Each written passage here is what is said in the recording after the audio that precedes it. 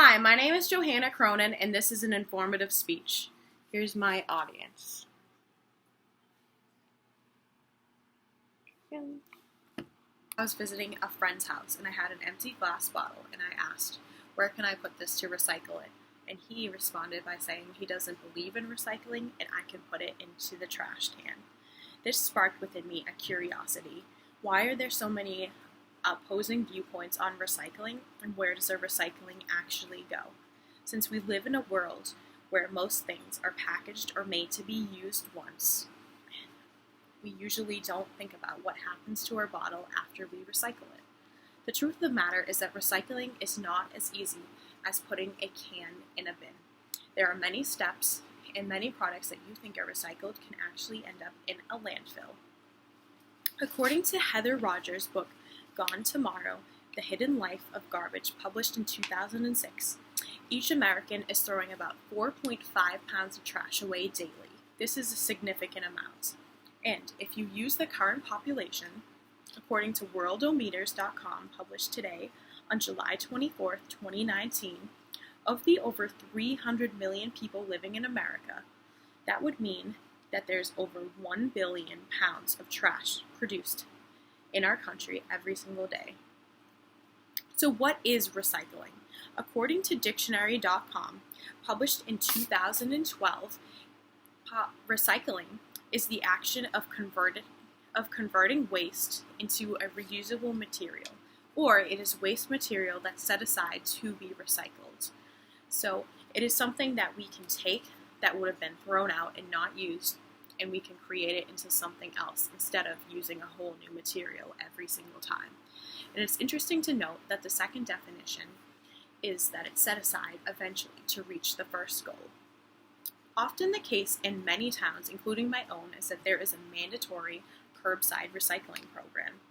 According to the book Garbage and Recycling, published in 2013, curbside recycling requires more trucks for the same amount of waste materials. So let's say that someone has 40 pounds of garbage. There's one truck that will come that will pick up 4 pounds of recyclables. A second truck will come and it will pick up 36 pounds of waste.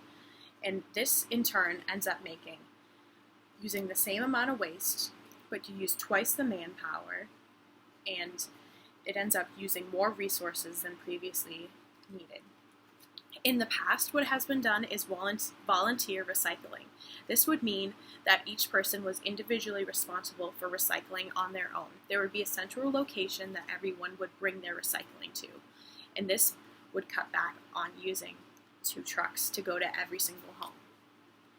So what we use now, in the past, what we had for curbside programs was that people would individually put paper, glass, and cans into separate bins. But now what we use is a single stream trend. So a single stream collection is when certain technologies take everything. They will separate glass, they'll separate cans, and they'll separate paper. But it is found, according to Columbia University, that it's hard to recycle and use mixes of paper and plastic because oftentimes the ink from papers can actually contaminate the plastic. And in theory, the combination of adding all these recyclables is actually resulting in more contamination than if they were individually separated. When something is contaminated, it's no longer safe to use, and it's considered waste. And although recycling in this manner is not entirely efficient, there are some benefits. The economist in the book Garbage and Recycling, published in 2013, states that America's Environmental Protection Agency estimates that recycling actually has reduced the country's carbon emissions by 46 million tons. And if you can use recycled materials, you don't have to mine ores and use as much energy. However, what is very controversial is that most of our recycling is being shipped to be processed elsewhere in developing countries like China. And in these countries, there are less regulations and it ends up being more contamination.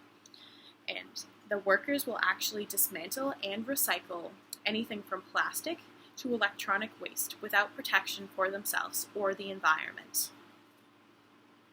Some solutions to this are simple as using less materials. According to the Journal of Industrial Ecology, published in 2019, there are many mixed things about recycling. Is it working? Is it helping? Is it hurting?